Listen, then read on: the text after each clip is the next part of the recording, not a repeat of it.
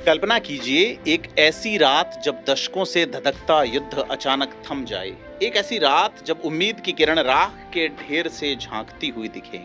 Gaza, जहां बीते 2 साल से मौत का मंजर था, क्या वहां अब सचमुच शांति की सुबह होने वाली है, या फिर से ये सिर्फ एक मोह और माया का छलावा है?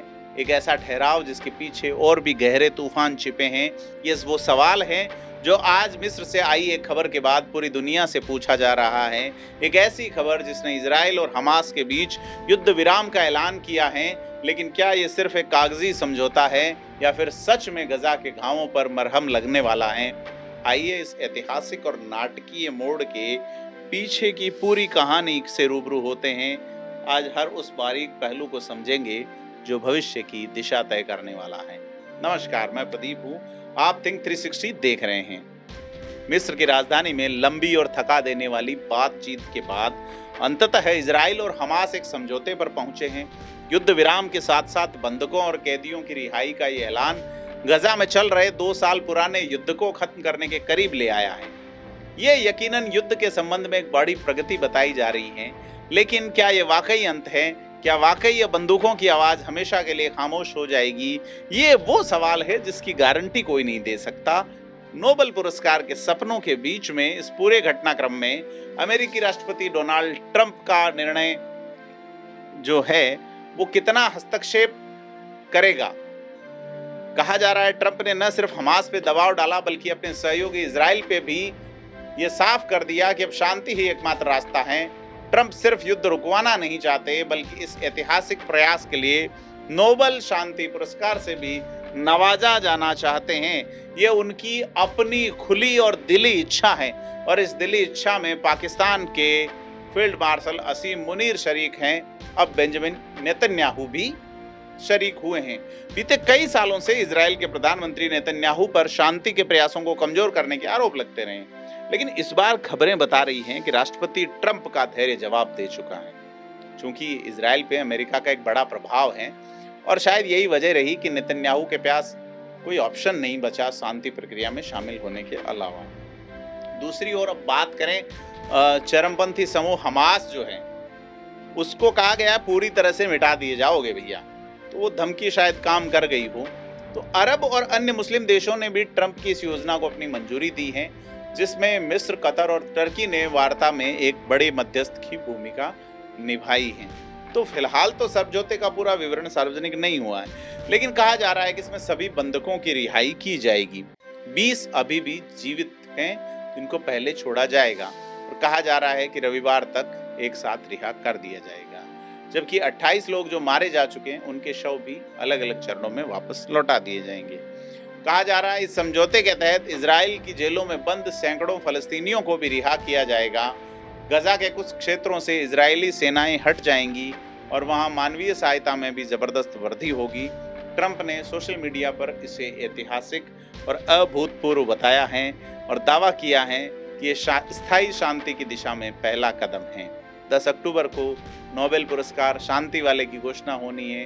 क्या ट्रंप उसमें होंगे? देखने वाली बात होगी। लेकिन ये सब कहने में जितना आसान लगता है उतना है नहीं।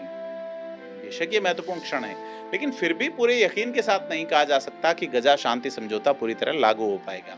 अभी भी कई अहम बिंदुओं पर बहुत काम बाकी है, जैसे हमास को हथियार विहीन करना, इजरायली सेना के पीछे हटने की सीमा तय करना, और गजा पर शासन कौन करेगा यह तय करना। हम पहले भी बात कर चुके हैं इसमें। तो इन सब के बीच में गजा में फलस्तीनियों ने आधी रात को हमास इजराइल समझौते की घोषणा का जश्न मनाया, इस उम्मीद के साथ कि उनकी परेशानियां अब तो खत्म होंगी।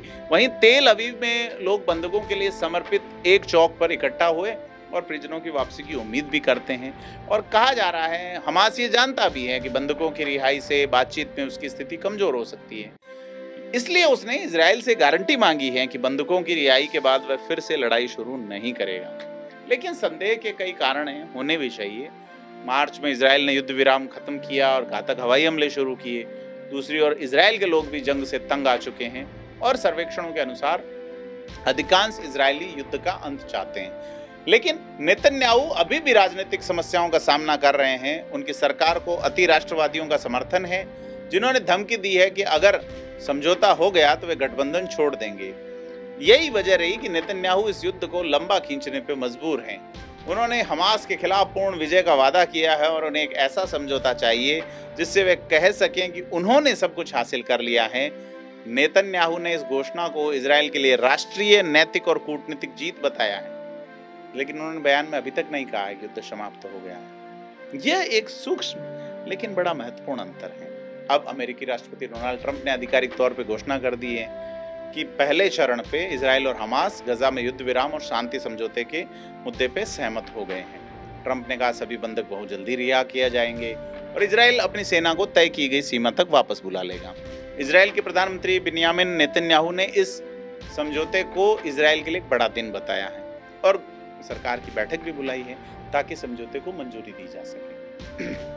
अब अगर इजराइल इस समझौते को मंजूरी दे देता है तो इसे युद्ध समाप्त करने, इजरायली बंधकों और फलस्तीनी कैदियों की रिहाई, इजरायली सैनिकों की वापसी और गजा में राहत सामग्री का आपूर्ति का जो रास्ता है वो खुलेगा। और हमास ने भी उस समझौते की पुष्टि की है, लेकिन अभी उसे उन कैदियों की अंतिम लिस्ट नहीं मिली है जिन्हें इजराइल अदला बदली में रिहा करने की योजना बना रहा है।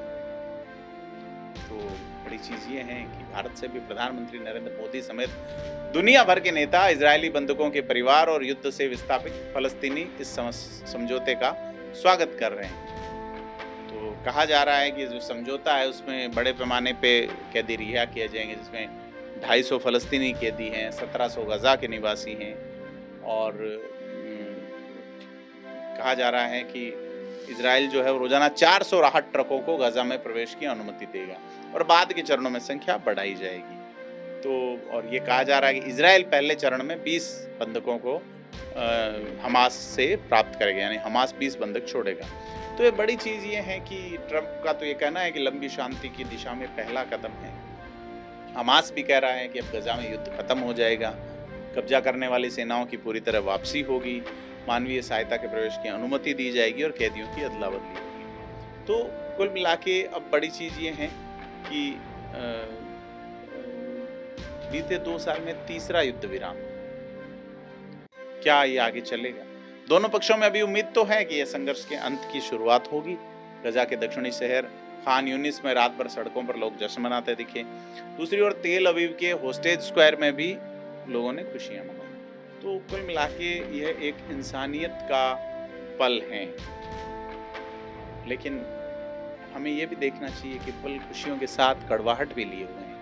कुछ लोगों का कहना है कि समझौता उतना अलग नहीं है जितना पूर्व राष्ट्रपति जो बाइडेन ने पिछले साल प्रस्तावित किया था, लेकिन निश्चित रूप से बड़ी प्रगति है और अब कहा जा रहा है कि डोनाल्ड ट्रंप इसे संभव बना सकते थे और उन्होंने ही नेतन्याहू पे दबाव बनाकर इस अंजाम तक पहुंचाया और उनके जो अरब कंट्रीज और टर्की के साथ जो रिश्ते हैं उससे भी यह संभव हो सका। तो कुल मिला के अब उस इलाके की खबरें जब हम लगातार देखते थे, विजुअल देखते थे, अब क्या ये अंत है या एक नई शुरुआत है? गजा में बंदूकें कुछ समय के लिए शांत जरूर हो गई हैं, लेकिन इसके भविष्य को लेकर अभी भी कई सवाल ऐसे हैं जिनका उत्तर नहीं है। गजा पे शासन कौन करेगा? हमास का फ्यूचर क्या होगा? क्या ये सिर्फ युद्ध विराम है या स्थायी शांति समझौता है? निश्चित तौर पर लगता नहीं, लेकिन इस क्षण में हम एक उम्मीद को पनपते देख सकते हैं, एक ऐसी उम्मीद जो मानवीयता के सबसे गहरे घावों पर मरहम लगाने का वादा करती है। लेकिन क्या ये वादा पूरा होगा या एक बार फिर दुनिया की निगाहें इस संघर्ष के नए अध्याय की साक्षी बनेंगी? इसका जवाब सिर्फ समय देगा। तब तक आप हमें राय कमेंट में बताइए और ऐसे ही गहन विश्लेषण के लिए थिंक 360 को सब्सक्राइब करना ना भूलें। धन्यवाद।